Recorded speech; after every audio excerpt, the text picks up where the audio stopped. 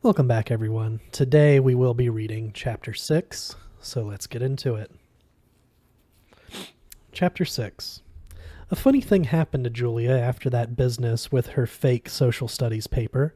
A magic trick, you might even call it. Where once there had been only one Julia, there were now two Julias, one for each set of memories. The Julia that went with the first set, the normal set, the one where she wrote the paper and went home and had dinner, and did the normal Julia things. She went to school. She did her homework. She played the oboe. She finally slept with James, which she'd kind of been meaning to do anyway, but for some reason had been putting off. But there was a second, stranger Julia, growing inside the first Julia, like a parasite or a horrible tumor. At first it was tiny, the size of a bacterium, a single cell of doubt, but it divided and divided and grew and grew. This second Julia wasn't interested in school or the oboe, or even James particularly. James backed up the first Julia's story. He remembered meeting her in the library, but what did that prove? Nothing. It just proved that in addition to writing her paper on intentional communities for her, they'd gotten to James. And James bought the story, heart and soul. There was only one James. The problem was that Julia was smart, and Julia was interested in the truth. She didn't like inconsistencies, and she didn't let go until they were resolved, ever. When she was 5, she'd wanted to know why Goofy could talk and Pluto couldn't. How could one dog have another dog for a pet, and one be sentient and the other not? Likewise, she wanted to know who the lazy fucker was who wrote her paper on international communities for her and used Wikipedia as a source. Granted that the answer, the nefarious agents of a secret school of wizards in upstate New York, was not a league-leadingly plausible answer to her question. But it was the answer that fit her memories, and those memories were getting sharper all the time. And as they got sharper, the second Julia grew stronger and stronger, and every bit of strength she gained, she took away from the first Julia, who had got weaker and weaker and thinner, to the point where she was practically transparent, and the parasite behind the mask of her face became more visible. The funny thing, or rather one of the many funny things in this hilarious story, was that nobody noticed. Nobody noticed that she had less and less to say to James, or that with 3 weeks to go before the holiday concert she lost first chair in the oboe section of the wolfishly competitive Manhattan Conservatory Extension School Youth Orchestra, thereby forfeiting the juicy solo to Peter and the Wolf, the Ducks theme, to the demonstrably inferior Evelyn O., whose rendition of it did, appropriately enough, sound like a quacking fucking duck, as did everything that came out of Evelyn O.'s quacking fucking oboe. The second Julia just wasn't that interested in James, or in playing the oboe, or in school. So uninterested in school was she that she did something really stupid, which was to pretend she'd applied to college when really she hadn't. She blew off every single one of her applications. Nobody noticed that either. But they'd noticed in April, when brilliant, overachieving Julia got into 0 colleges. Second Julia had planted a ticking time bomb that was going to blow up first Julia's life. That was December. By March, she and James were hanging by a thread. She dyed her hair black and painted her nails black, in order to more accurately resemble the second Julia. James initially found this sexy and goth, and he stepped up his efforts in the sex department, which wasn't exactly a welcome side effect, but it made a break from talking to him, which was getting harder and harder. They'd never been as good a couple as they looked. He wasn't a real bona fide nerd, just nerd-friendly, nerd-compatible. And you could only explain your Godel Escher Bach references so many times before it starts to be a problem. Pretty soon, he was going to figure out that she wasn't role-playing a sexy, depressed goth chick. She had actually become a sexy, depressed goth chick. And she was enjoying it. She was dipping a toe in the pool of bad behavior and finding the temperature was just right. It was fun being a problem. Julia had been very, very good for a very long time. And the funny thing about that was, if you're too good too much of the time, people start to forget about you. You're not a problem. So people can strike you off their list of things to worry about. Nobody makes a fuss over you. They make a fuss over the bad girls. In her quiet way, second Julia was causing a bit of a fuss for once in her life, and it felt good. Then, Quentin came to visit. The question of where Quentin had gone to after first semester was one she had an inordinate amount of trouble focusing her mind on, but the mist surrounding it was a familiar mist. She'd seen it before. It was the same mist that surrounded her lost afternoon. His cover story, that he'd left high school early to matriculate at some super exclusive experimental college, smelled like First Julia stuff to her, made-up stuff. She'd always liked Quentin, basically. He was sarcastic and spookily smart, and on some level, basically a kind person who just needed a ton of therapy and maybe some mood-altering drugs. Something to selectively inhibit the voracious reuptake of serotonin that was obviously going on inside his skull 24/7. She felt bad about the fact that he was in love with her and that she found him deeply unsexy, but not that bad. Honestly, he was decent looking, better looking than he thought he was, but that moody boy man fillery shit cut like zero ice with her. And she was smart enough to know whose problem that was, and it wasn't hers. But when he came back in March, there was something different about him, something otherworldly and glittery-eyed. He didn't say anything, but he didn't have to. He'd seen things. There was a smell coming off his fingers, the smell you got after they ran the really big Van Gogh generator at the Science Museum. This was a man who had handled lightning. They all went down to the boat launch on the Gowanus Canal, and she smoked cigarette after cigarette and just looked at him. And she knew. He'd gone through to the other side and she'd been left behind. She thought she'd seen him there at the exam at Brakebills, in the hall with the chalk clock, with the glasses of water and the disappearing kids. Now, she knew she was right. But it had been very different for him, she realized. When he walked into that room, he'd buckled right down and killed that exam because magic school? That was just the kind of thing he'd been waiting to happen to him his whole life. He practically expected that shit. He'd been wondering when it was going to show up, and when it did, he was good and ready for it. Whereas Julia had been blindsided. She had never expected anything special to just happen to her.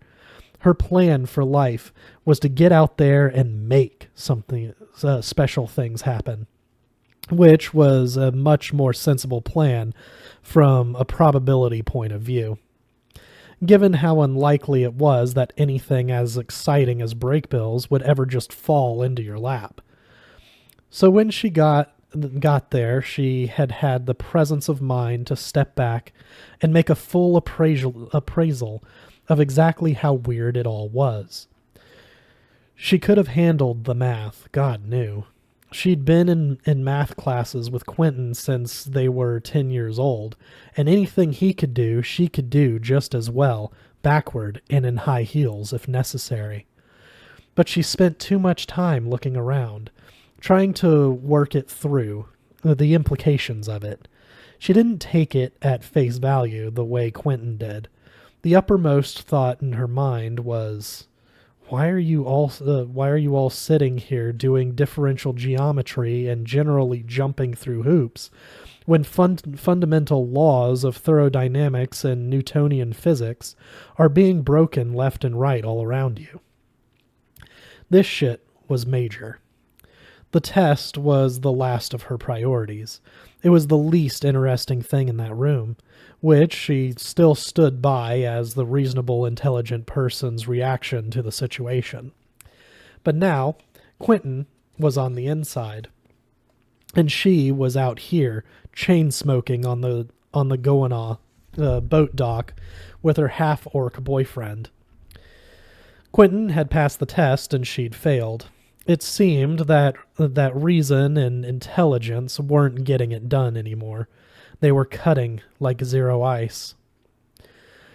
It was then Quentin left that day that Julia really fell off a cliff.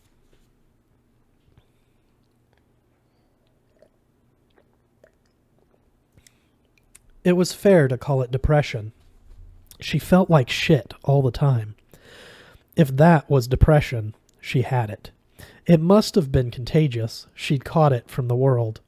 The shrink they sent her to diagnosed her more specifically with dysthema, which he defined as an inability to enjoy things that she should be enjoying, which she recognized the justice of, since she enjoyed nothing, though there was a world of space inside that should, that dysthemic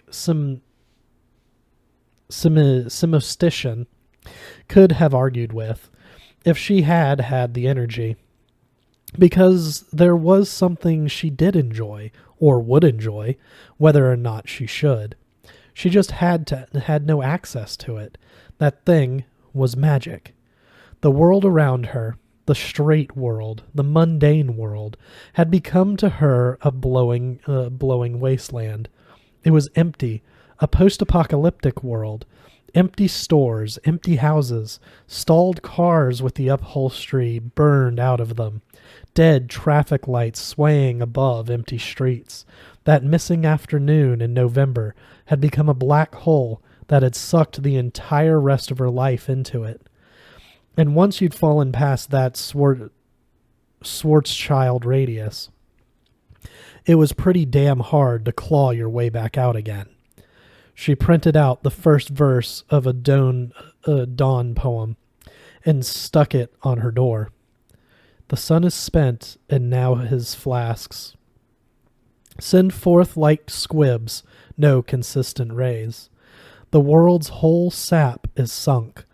The general balm thehydropic earth hath drunk. Whither, as to the bed's feet, life is shrunk. Dead and inured, yet all these seem to laugh. Compared with me, who am I, their epitaph? Who am their epitaph? Apparently, semicolons were the hot new thing in the 17th century, but otherwise it was a pretty good summary of her state of mind. Hydropic, it meant thirsty. The thirsty earth, the sap had sunk out of the thirsty world, leaving behind a dried husk that weighed nothing, a dead thing that crumbled if you touched it. Once a week, her mother asked her if she'd been raped. Maybe it would have been simpler if she'd said yes. Her family had never really understood her. They'd always lived in fear of her rapacious intellect. Her sister, Timoris, defiantly unmathematical brunette 4 years younger, tiptoed around her as if she were a wild animal who would snap rapidly if provoked. No sudden movements. Keep your fingers outside the cage. As a matter of fact, she did consider insanity as a possible diagnosis. She had to. What sane person wouldn't? She definitely looked crazier than she used to. She'd picked up some bad habits like picking at her cuticles and not showering, and for that matter, not eating or leaving her room for days at a time. Clearly, Dr. Julia explained to herself.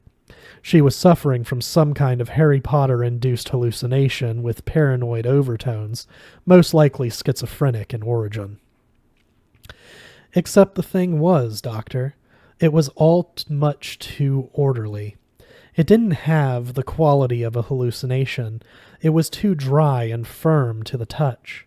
For one thing, it was her only hallucination. It didn't spill over into other things. Its borders were stable. And for another thing, it wasn't a hallucination. It fucking happened. If this was madness, it was an entirely new kind of madness, as yet undocumented in the Diagnostic and Statistical Manual of Mental Disorders. She had nerdophrenia. She was dorcotic. Julia broke up with James. Or maybe she just stopped answering his calls and greeting him when they passed each other in the hall. One or the other, she forgot which. She did some careful calculations with her GPA, which until the point had been highly robust, and figured she could go to school 2 days out of the 5. Eck out straight D's and still graduate. It was just a matter of careful brinksmanship. And the brink was where Julia lived now. Meanwhile, she continued to see the shrink regularly. He was a perfectly decent sort, nothing if not well-meaning, with a funny stubbly face and reasonable expectations of what he could hope to achieve in life. She didn't tell him about the secret school of magic that she hadn't gotten into, though. Maybe she was crazy, but she wasn't stupid. She'd seen Terminator 2. She wasn't going out like Sarah Connor. Every once in a while, Julia did feel her conviction slacking. She knew what she knew, but there just wasn't a lot to go on, day to day, to keep her belief in what happened strong. The best she could hope for was that every couple of weeks Google might pop up a hit on Breakbills, maybe 2, but a few minutes later it would be gone again, as if by magic. Apparently, she wasn't the only person out there who had a Google alert on it, and that person was clever enough to scrub the Google cache when the alert went off, but it gave Julia something to chew on. Then, in April, they made their first wrong move. They really blew it wide open, because 7 envelopes arrived in her mailbox. Harvard, Yale, Princeton, Columbia, Stanford, MIT, and Caltech. Congratulations, we are pleased to accept you as a member of the class of... Ha ha ha, you must be fucking kidding me. She laughed her fucking head off when she saw them. Her parents laughed too. They were laughing with relief. Julia was laughing because it was so goddamn funny. She kept on laughing as she ripped the letters in half, one after the other, and fed them to the recycling bin. You goddamned idiots, she thought. Too clever for your own good. No wonder you let Quentin in. You're just like him. You can't stop outsmarting yourselves. You think you can buy off my life with this? With a bunch of fat envelopes? You are perhaps under the impression that I will accept these in lieu of the magic kingdom that is my rightful inheritance? Oh my, no. Not on your life, mister. This is a standoff, a waiting game, and I've got all day. You're looking for a quick fix to the Julia problem, but no such fix exists. You'd best settle in, my friend, because Julia is playing the long game.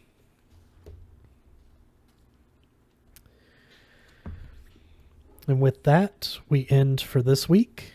Next week, we will be reading Chapter 7.